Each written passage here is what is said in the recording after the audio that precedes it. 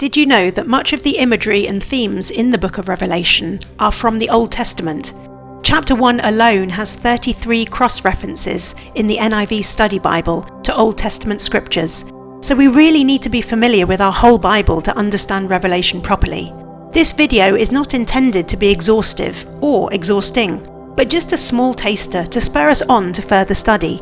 Let's look at some of the descriptions of Jesus in Revelation 1 that are reserved for God in the Old Testament, showing that Jesus is God himself. The sevenfold Spirit of God links to the 7 aspects of the Spirit in Isaiah. Jesus coming on the clouds refers to the Son of Man in Daniel 7, but the description of Jesus also fits the Ancient of Days, who is God himself. The voice like rushing waters describes Jesus in Revelation and God in Ezekiel. Jesus refers to himself as the first and the last, a title which God reserves only for himself in Isaiah. Other examples of Old Testament themes in Revelation are the throne room scene in chapter 4, which is similar to Isaiah and Ezekiel's visions of heaven. The description of the first 4 seals with the 4 horses in Revelation 6 not only correlate with Jesus' explanation of the beginning of birth pains in Matthew 24, but also bear an uncanny resemblance to the 4 horses in Zechariah 6. The description of Seal 6 opening includes cosmic signs, and each expression is mentioned in the prophets.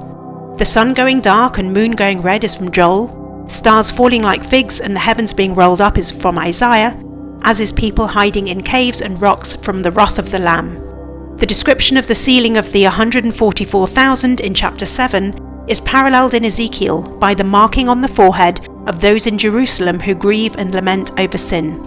In Revelation, it frequently mentions that from God's throne come flashes of lightning and rumbles and peals of thunder, which takes us back to the theophany at Mount Sinai.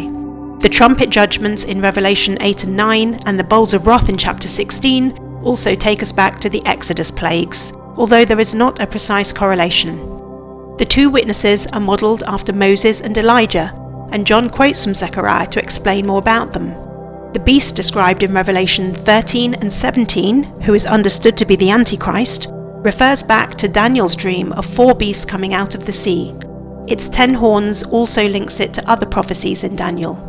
The Battle of Armageddon in Revelation 16 and 19 is when Jerusalem is surrounded by God's enemies just before Jesus returns.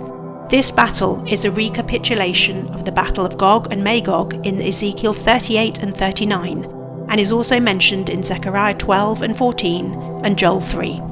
We are told in Revelation 19 that it is with justice that Jesus judges and makes war. This takes us back to Exodus, where it says that the Lord is a man of war. Jesus destroys his enemies, which is mentioned too many times to count in the Old Testament.